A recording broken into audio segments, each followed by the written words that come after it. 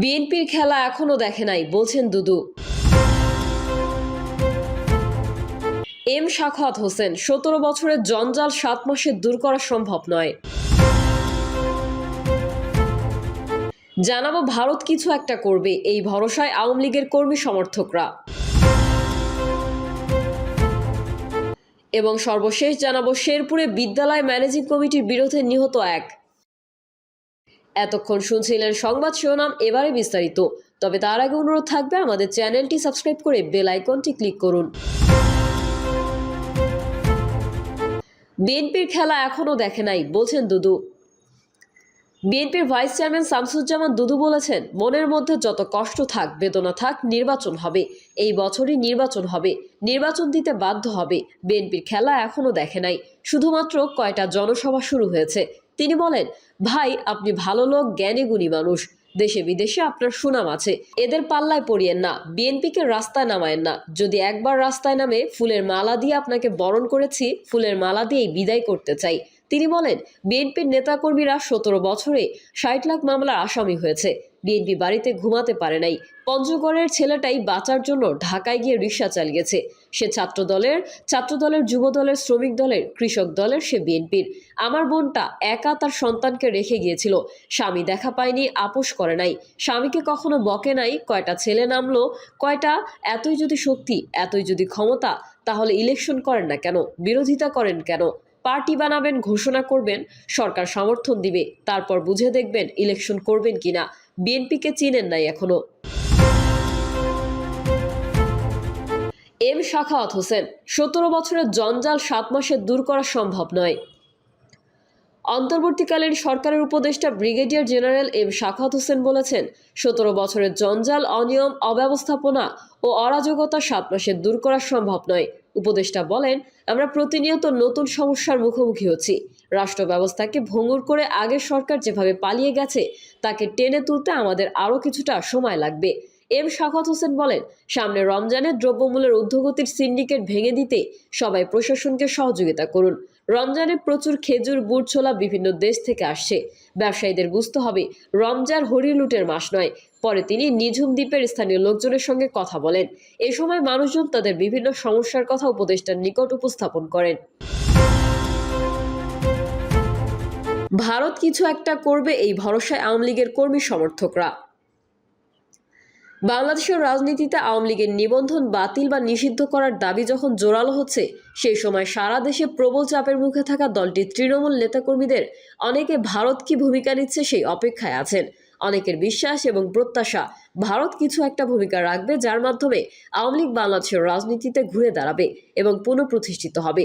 সম্প্রতি যুক্তরাষ্ট্রে ভারতের প্রধানমন্ত্রী নরেন্দ্র মোদীর সফরকালে সেখানে তাকে স্বাগত জানিয়ে আওয়ামী লীগের স্থানীয় নেতাদের প্ল্যাকার্ড বহন করতে দেখা গেছে। সামাজিক যোগাযোগ মাধ্যমেও আওয়ামী লীগ সমর্থকদের আলোচনা, বক্তব্য, মন্তব্য ভারতের ভূমিকা নিয়ে একটা প্রত্যাশা লক্ষ্য করা যায়। আওয়ামী লীগের প্রধান শেখ হাসিনা ভারতে পালিয়ে আশ্রয় নিয়েছেন।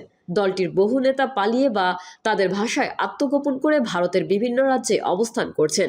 দেশে ও দেশের বাইরে আওয়ামী লীগের বিভিন্ন স্তরের নেতাকর্মীরা, সমর্থকরা প্রত্যাশা করছেন, বাংলাদেশের বর্তমান সরকারের সঙ্গে ভারত যে ভূমিকা নিয়েছে, এরপর তারা একটি চাপ সৃষ্টি করতে পারে। নাম পরিচয় প্রকাশ না করার শর্তে আওয়ামী লীগের একাধিক রাজনৈতিক কর্মী বিবিসি বাংলাকে তাদের ধারণার কথা জানান। তারা মনে করছেন, আওয়ামী লীগের নেতাকর্মীদের উপর হামলা, মামলা, বিশেষ করে সনাতন বা হিন্দু সম্প্রদায়ের বাড়িঘর, মন্দিরে যেসব হামলা হয়েছে, সেটি ভারত ভালো চোখে দেখছে না এবং ভারত তাদের স্বার্থে এই পরিস্থিতিতে কিছু একটা উদ্যোগ নেবে বলে আভাস পেয়েছেন।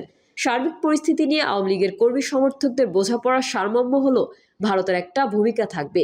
দেশে অবস্থানরত নাম প্রকাশে অনিচ্ছুক মধ্যম সারির একজন নেতা মনে করেন, ভারত এর মধ্যে ট্রাম্পের সঙ্গে বৈঠকে বাংলাদেশের ব্যাপারে গুরুত্বপূর্ণ সিদ্ধান্ত নিয়েছে। তার কথায়, ভারতের স্বার্থ এখানে জড়িত। ভারত অবশ্যই কিছু একটা করবে। আমার তো মনে হয় ভারত ইতোমধ্যে উদ্যোগ নিয়েছে, তারা কাজ শুরু করেছে।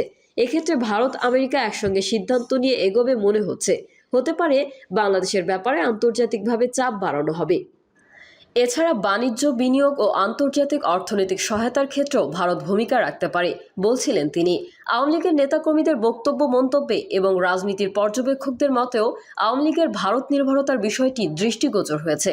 রাজনৈতিক বিশ্লেষক এবং ঢাকা বিশ্ববিদ্যালয়ের শিক্ষক রাশেদা রওনক খান বিবিসি বাংলাকে বলেন, রাজনীতিতে ফেরার ক্ষেত্রে ভারতের সাহায্যের বিষয়টি তার ভাষায় আওয়ামী লীগ পুরোদমে বিশ্বাস করে। একদম যদি সামাজিক যোগাযোগ মাধ্যম বা বিভিন্ন টকশো বা আলোচনায় আমরা দেখতে পাই যে তারা আশা করছে ভারত আবার তাদের সহায়ক শক্তি হিসেবে সাহায্য করবে ফিরে আসার ক্ষেত্রে। এটা তো আওয়ামী লীগের নেতাকর্মীদের বক্তব্যে খুবই স্পষ্ট। এই ব্যাপারে আওয়ামী লীগের নেতাদের দাবি, বাংলাদেশের রাজনীতিতে ঘুরে দাঁড়ানোর সঙ্গে ভারত নির্ভরতার কোনো সম্পর্ক নেই। দলটির যুগ্ম সাধারণ সম্পাদক আফামা বাহাউদ্দিন নাসিম অবশ্য এটি স্বীকার করেন যে বৃহৎ গণতান্ত্রিক এবং প্রতিবেশী দেশ হিসেবে বাংলাদেশ প্রশ্নে ভারত কি অবস্থান নেবে সেটার গুরুত্ব রয়েছে। তার ভাষায়, বাংলাদেশ আওয়ামী লীগের রাজনৈতিক, সাংগঠনিক ও আদর্শিক কার্যক্রম বন্ধ করা সহজ নয়। গণতান্ত্রিক চেতনায় বাংলাদেশের এগিয়ে যাওয়ার ক্ষেত্রে বন্ধু রাষ্ট্র হিসেবে অবশ্যই ভারত এখনও ইতিবাচক এবং গঠনমূলক ভূমিকা পালন করবে বলে আমরা বিশ্বাস করি, এবং এই বিশ্বাসের সাথে বাংলাদেশের জনগণের যেমন শ্রদ্ধা আছে, ভারতের 140 কোটি জনগণের সমৃদ্ধ চিন্তা আছে বলে আমি দৃঢ়ভাবে বিশ্বাস করি। 5ই আগস্ট গণঅভ্যুত্থানে আওয়ামী লীগ ক্ষমতাচ্যুত হওয়ার পর থেকে বাংলাদেশের সঙ্গে ভারতের সম্পর্কের টানাপোড়েন সৃষ্টি হয়েছে। এছাড়া বাংলাদেশিদের জন্য পর্যটন ভিসা বন্ধ রয়েছে। মেডিকেল ভিসাও 6 মাসে খুব নগণ্য সংখ্যক দেওয়া হয়েছে। যুক্তরাষ্ট্রের সঙ্গে দ্বিপাক্ষিক বৈঠকে বাংলাদেশ প্রসঙ্গে আলোচনার কথাও জানিয়েছেন ভারতের পররাষ্ট্রমন্ত্রী এস জয়শঙ্কর। ভারতের ওপি জিন্দাল গ্লোবাল ইউনিভার্সিটিতে আন্তর্জাতিক সম্পর্কের অধ্যাপক শ্রী রাধা দত্ত বাংলাদেশ নিয়ে গবেষণা করেন। ভারত বাংলাদেশ সম্পর্কের এই বিশ্লেষক বলেন, ভারত চায় একটি নির্বাচিত সরকারের সঙ্গে কাজ করতে। ভারতের ভূমিকা নিয়ে যে প্রত্যাশা আওয়ামী লীগের, সেই প্রসঙ্গে তিনি বলেন, মাইনরিটি ইস্যু নিয়ে নিশ্চয়ই অনেক আলোচনা হয়েছিল, তো সেজন্য হয়তো একটা ধারণা কোথাও হয়েছিল যে বাংলাদেশের সাথে ইন্ডিয়ার যে ঘনিষ্ঠতা, সেখানে হঠাৎ একটা ব্রেক হয়েছে। আমার মনে হয় না কোনো সার্বভৌম দেশ কোনোভাবে যতই সেই পারস্পরিকভাবে ঘনিষ্ঠ হোক অন্য কাউকে আউটসোর্স করে দেবে, যেটা একটা ধারণার কথা উঠেছিল মাঝখানে। আমরা আশা করছি ইলেকশন হবে, জিনিসটা আবার স্থিতিশীল হবে এবং নর্মালি চলে আসবে। ভারতের সঙ্গে আওয়ামী লীগের ঘনিষ্ঠ সম্পর্কের ঐতিহাসিক ধারাবাহিকতা রয়েছে বলে উল্লেখ করেন শ্রী রাধা দত্ত এবং বলেন, বাংলাদেশের নির্বাচিত সরকার যেই আসুক তার সঙ্গে ভারত কাজ করবে।